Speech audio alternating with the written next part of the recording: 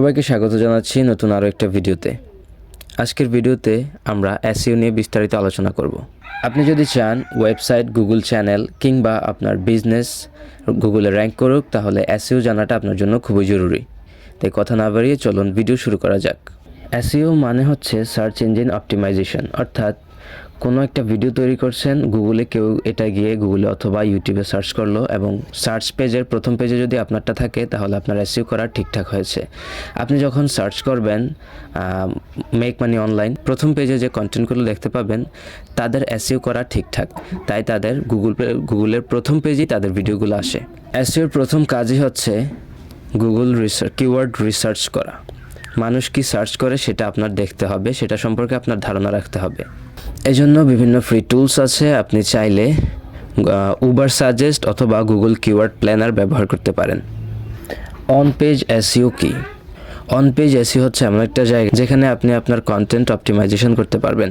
টাইটেলে main keyword রাখুন, প্রথম প্যারাগ্রাফে keyword ব্যবহার করুন, আপনার কন্টেন্ট সহজ ও ইনফরমেটিভ রাখার চেষ্টা করুন।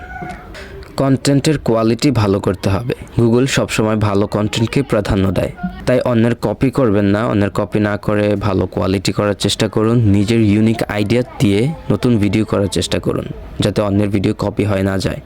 আপনার যে ভিউয়ার থাকবে তাদের সমস্যা সলভ করার চেষ্টা করুন, তাহলে আপনার রিচ বাড়বে, এঙ্গেজমেন্ট বাড়বে। Of page SEO.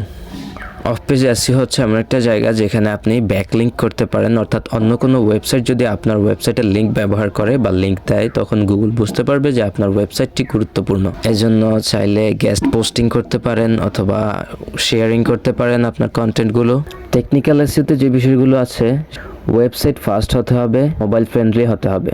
আপনি চাইলে বিভিন্ন এআই টুলস ব্যবহার করতে পারেন, যেমন চ্যাটজিপিটি অথবা গুগল জেমিনি। সেখানে গিয়ে আপনার ভিডিও টাইটেল বা কন্টেন্টের টাইটেল দিলেন, সেখান থেকে তারা ট্যাগ এবং ডেসক্রিপশন দিয়ে দিবে। এসইও এমন একটা বিষয় যা একদিনে শেখা যায় না, ধৈর্য ধরতে হয় এবং নিয়মিত প্র্যাকটিস করতে হয়। নিয়মিত ভালো কন্টেন্ট দেওয়ার চেষ্টা করুন, সঠিক কিওয়ার্ড ব্যবহার করার চেষ্টা করুন এবং ধৈর্য ধরুন। সফলতা ইনশাল্লাহ চলে আসবে। ভিডিওতে যে বিষয়গুলো আমি তুলে ধরলাম, এই বিষয়গুলো সম্পর্কে যদি কারো কোনো সমস্যা থাকে তাহলে কমেন্ট করতে পারেন, আমি সেই সম্পর্কিত আপনাদের সমাধান করার চেষ্টা করব। ভিডিওটা থেকে যদি একটু উপকৃত হয়ে থাকেন তাহলে একটা লাইক করতে ভুলবেন না, আর এ ধরনের ভিডিও পেতে চ্যানেলটা সাবস্ক্রাইব করে রাখুন। দেখা হবে নতুন কোনো ভিডিওতে।